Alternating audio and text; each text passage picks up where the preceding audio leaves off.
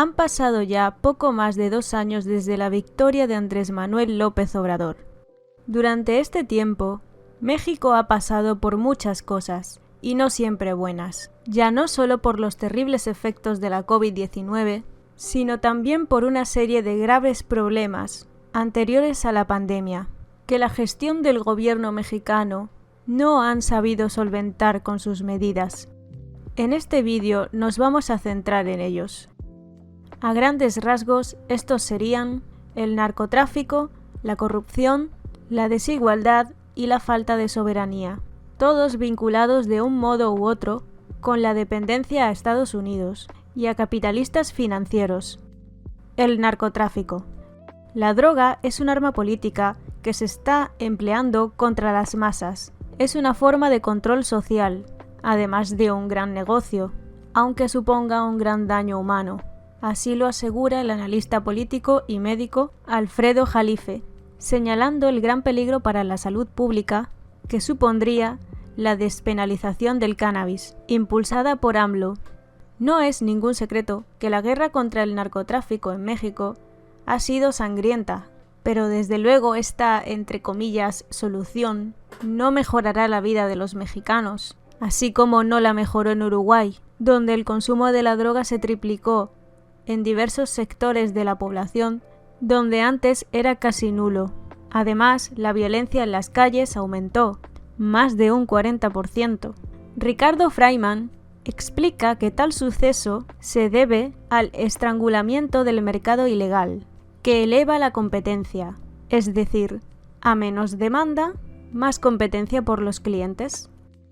El expresidente mexicano Ernesto Zedillo, perteneciente a la Comisión Global de Políticas de Drogas, financiada por George Soros, se mostró contrario a la prohibición de la marihuana, argumentando que resulta dañina para el mundo y, como ya hemos observado, la vía reguladora tampoco garantiza la paz.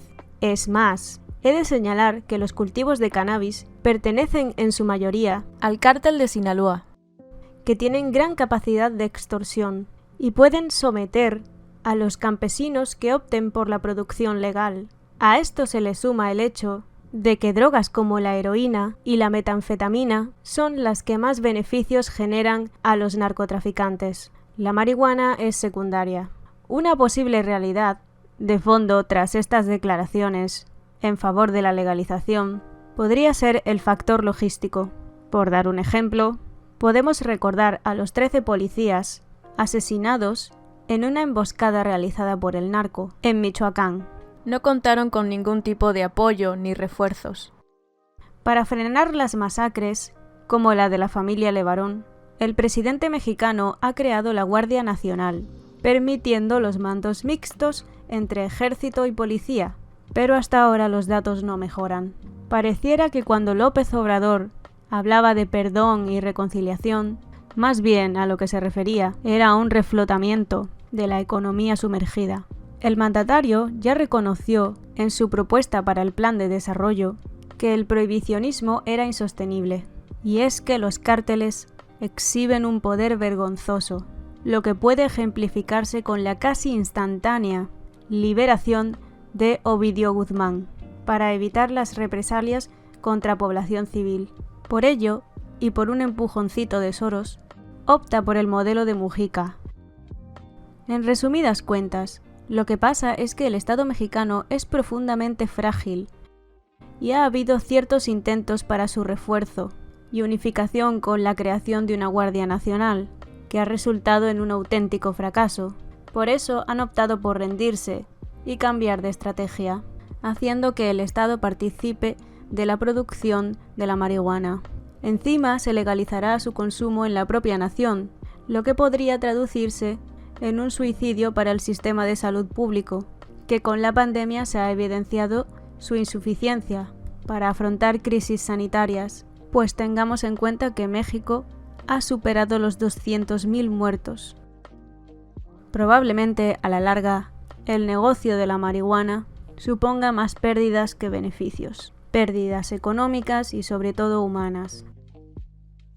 Hasta ahora, el único que se ha encarado con los ataques de los cárteles ha sido el propio pueblo mexicano, que que ha llegado a tomar las armas contra el crimen organizado, harto de la cobardía e incluso la complicidad de las autoridades. Esto tiene que ver con el siguiente gran problema de México, la corrupción. No es de extrañar que en un estado tan débil, dominado por el crimen organizado y totalmente descentralizado, hasta los círculos más cercanos del presidente sean sospechosos de corrupción. Y desde luego que no son los primeros.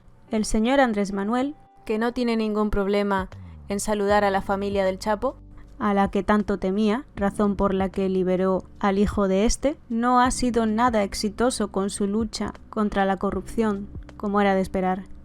Graves irregularidades se han dado a lo largo de la administración obradorista, que no se van a solucionar con simples medidas populistas, sobre todo si el famoso barrido de arriba a abajo no afecta al círculo más cercano del presidente. Sin ir más lejos, el pasado 30 de diciembre estuvo marcado por la escandalosa negativa de AMLO a las voces que pedían la dimisión de Bartlett, titular de la Comisión Federal de Electricidad, señalado como culpable del gran apagón, que mintió con un supuesto incendio que generaría dicho evento. Este político, según el periodista Carlos Loret, es tan rico como corrupto, y pese a ello, López Obrador lo nombró y protegió por el respaldo que éste le brindó en el pasado. Y hay más, la empresa de su hijo, Cyber Robotics Solution, en pleno pico de contagio por coronavirus, vendió respiradores para pacientes graves a precio mayor que el del mercado. Otro caso también muy sonado fue el del INDEP, institución creada por el mandatario para devolverle al pueblo lo robado por anteriores gobiernos, que rápidamente se vio envuelto en corruptelas. En fin, la lista es infinita, así que iré directa a lo que a mi parecer es lo más deleznable, tanto de este gobierno como el de sus antecesores: la permisividad con los sicarios, que atacan a todo el que se oponga a los negocios de grandes empresas.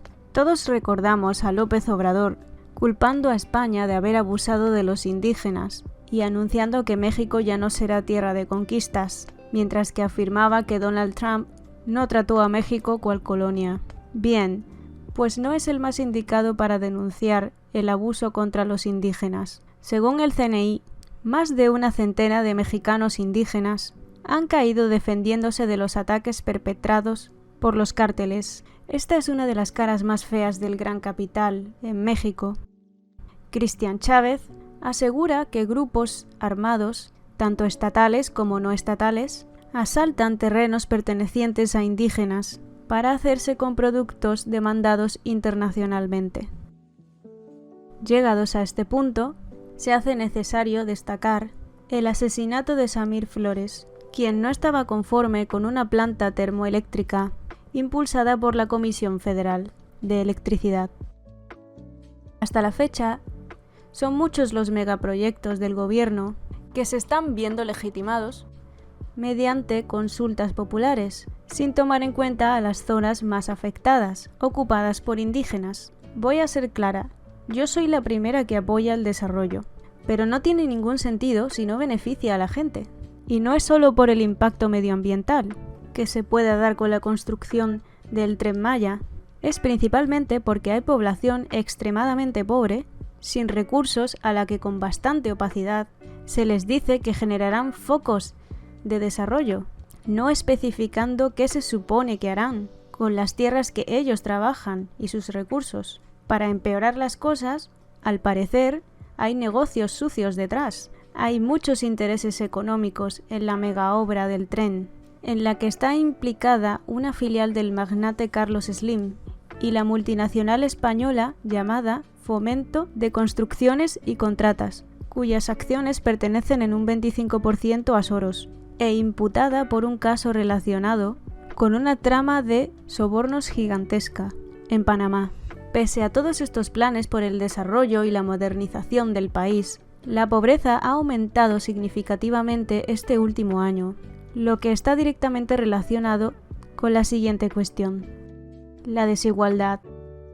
Es cierto que el intervencionismo de AMLO está tocando sectores clave, aunque en la actualidad Los mayores proveedores de energía eléctrica son empresas privadas, tanto extranjeras como nacionales, muy a pesar del gobierno y sus esfuerzos para imponer a la Comisión Federal de Electricidad, que tiene plantas enteras en desuso. Sin embargo, cabe destacar que cuando la escasez generada por la nevada de Texas, los precios se regularon.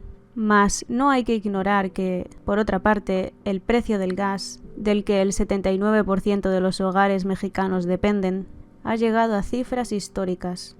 Lógicamente, esto no está haciendo bien a los ciudadanos, cuyo 40% de la riqueza se concentra en el 1% de la población.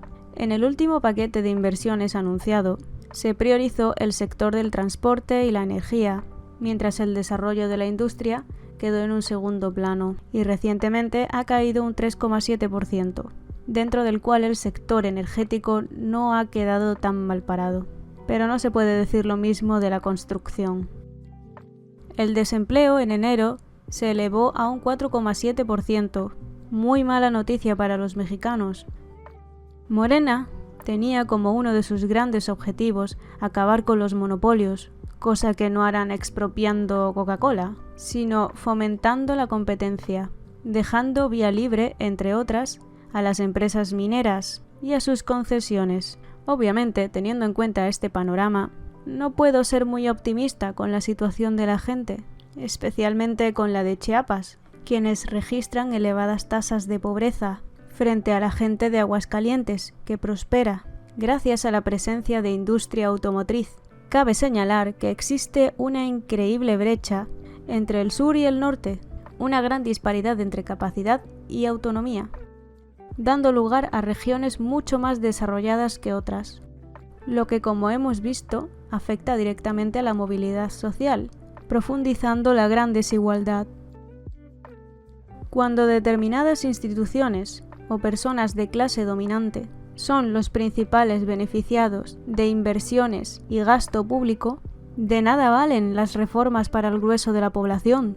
De nada les sirve a los pobres que haya más competitividad, si no tienen recursos ni trabajo, acceso a los servicios básicos, de manera que solo los burgueses y los burócratas mexicanos salen ganando, personas que no van a ceder más que migajas a los de abajo. Soberanía. Algo que caracteriza a la administración morenista, y con esto estoy de acuerdo con el Partido Comunista de México, es que busca la consolidación del Estado mexicano. Hay un gran compromiso con este, y está tratando de fortificarlo, a medio y largo plazo.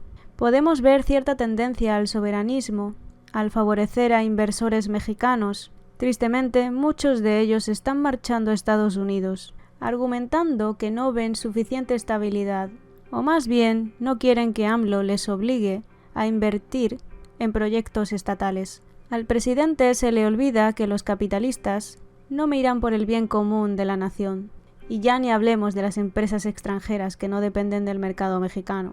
Según una exfuncionaria de la Secretaría de Medio Ambiente y Recursos Naturales, el objetivo de Morena es dejar de un lado el sector privado y las renovables, para poner a Pemex como uno de sus ejes, aparte de un intento de producir coches eléctricos con grafito, como una posibilidad más ecológica.